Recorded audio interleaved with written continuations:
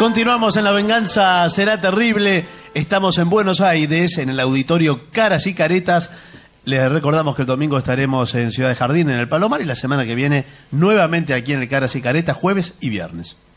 Hablaremos un poco acerca del ajedrez. En realidad, no hay ninguna certeza histórica que permita precisar el origen del ajedrez, pero uno está harto de oír que la India y todo eso.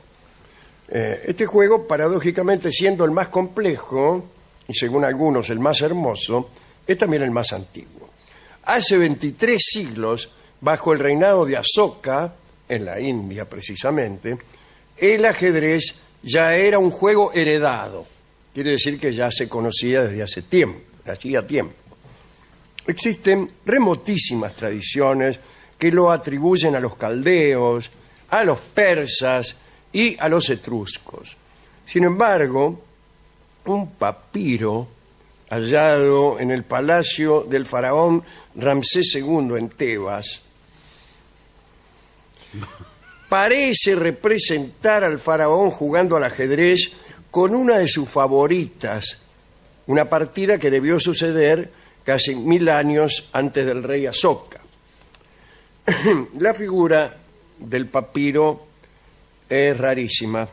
De un lado del tablero hay una especie de unicornio con orejas de burro que representa posiblemente a la favorita del faraón Ramsés. Y del otro algo así como un león que vendría a ser el faraón Ramsés. Los jugadores están sentados en posición humana y sostienen cada uno una pieza en la mano. Entonces no era el ajedrez. ¿Cómo? Si cada uno tenía una pieza en la mano, les comunico que eso no sucede nunca en un partido de ajedrez. Claro. Que los dos estén con una... Eso sería otra cosa. Sería el chinchón.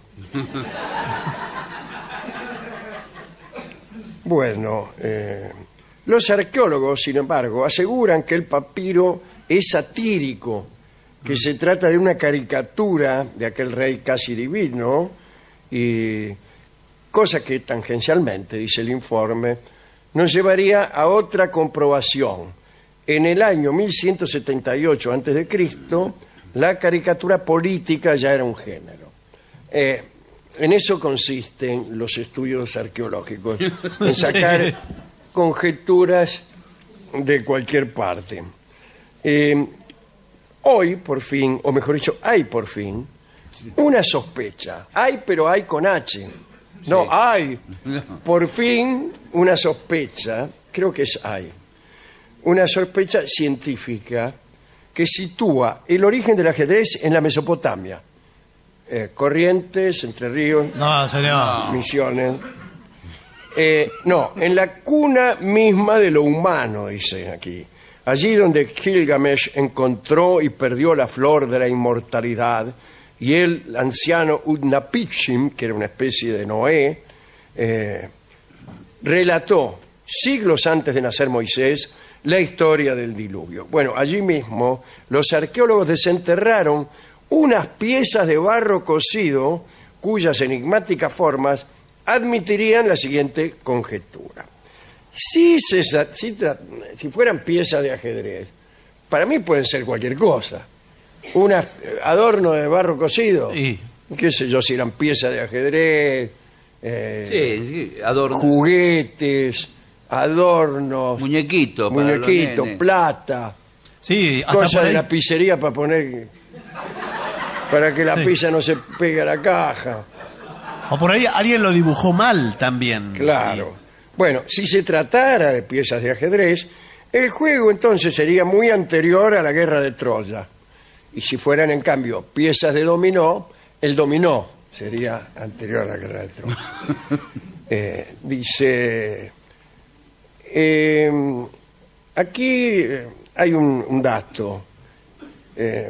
Algunos dicen que el ajedrez sería de origen sánscrito, porque el nombre originario era Saturauga, que quiere decir el de 4 cuerpos, y era alusivo a las 4 armas del ejército de los hindúes: infantería, caballería, elefantes y carros de combate, que precisamente están simbolizados en los peones, en los caballos, en los alfiles y en las torres del ajedrez.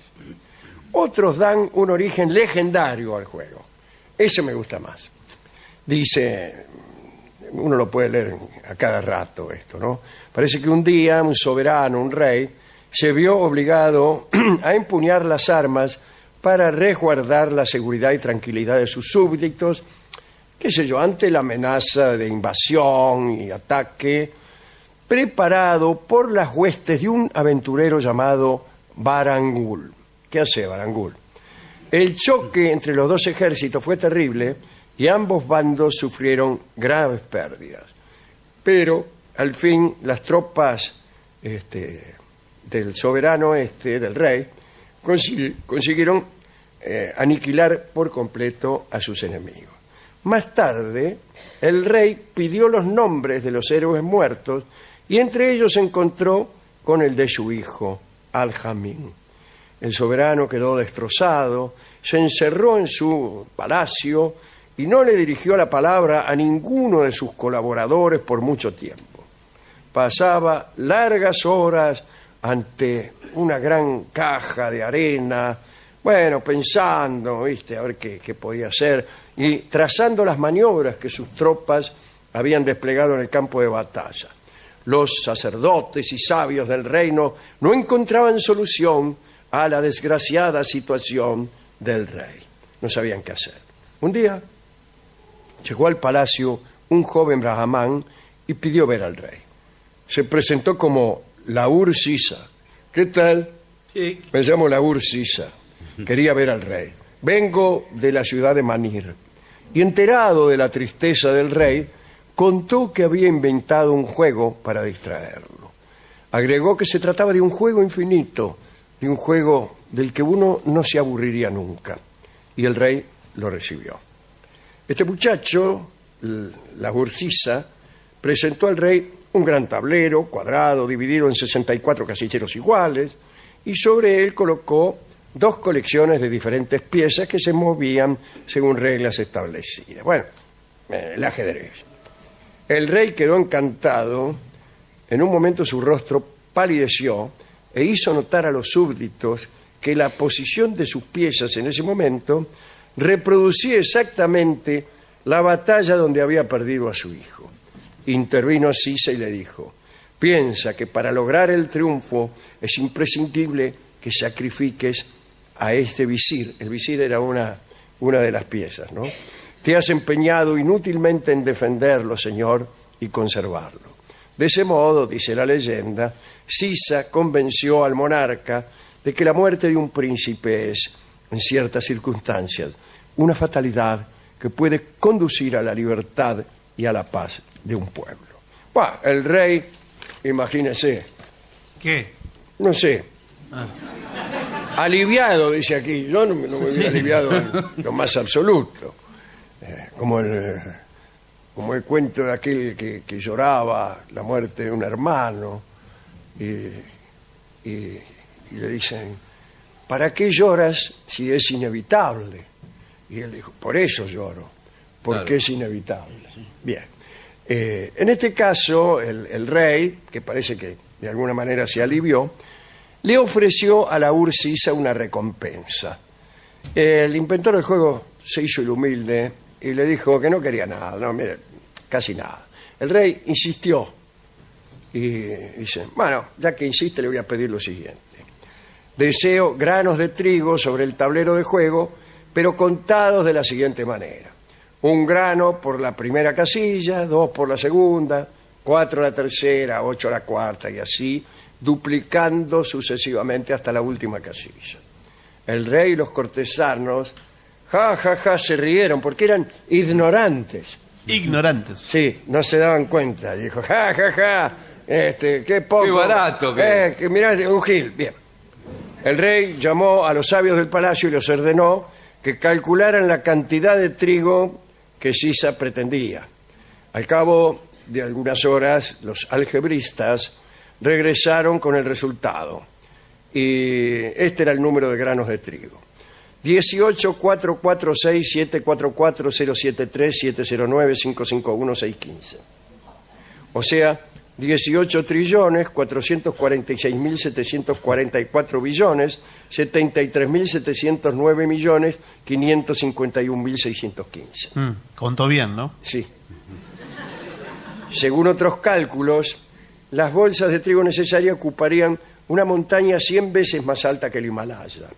La India entera, sembrados todos los campos, destruidas todas las ciudades, no bastaría para producir en 100 años la cantidad de granos que debían entregarse al joven Sisa.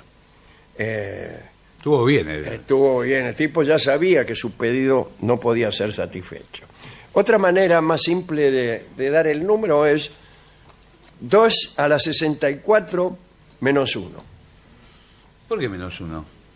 Porque así es la cosa. Ah. Porque siempre te da un número par. Pero como el primer casillero tenía un Claro, solo grano, ahí se necesita un número impar, entonces menos 1. Bien. Leibniz, nuestro famoso Leibniz, dijo acerca del ajedrez: demasiado juego para ser una ciencia y demasiada ciencia para ser un juego, dijo Leibniz.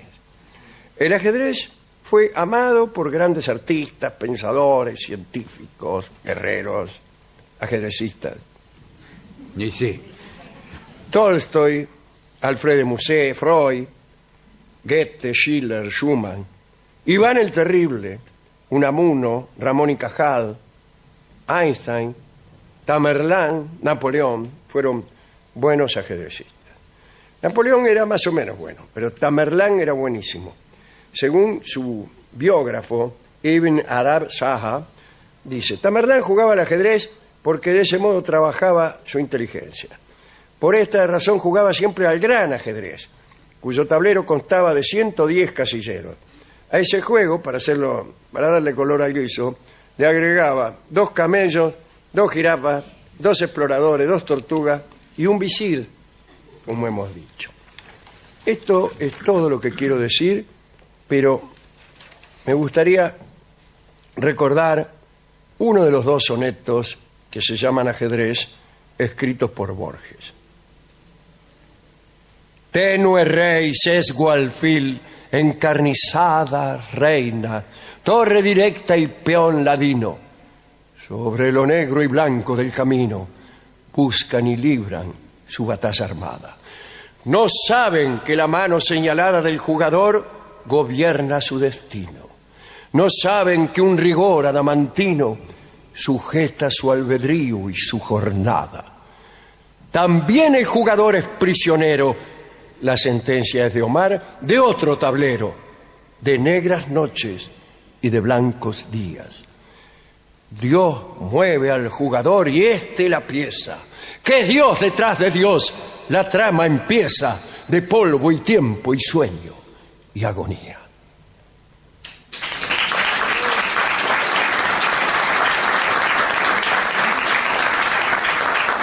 Escucharemos, para ilustrar esta pequeña charla sobre el ajedrez, la milonga que se llama En blanco y negro.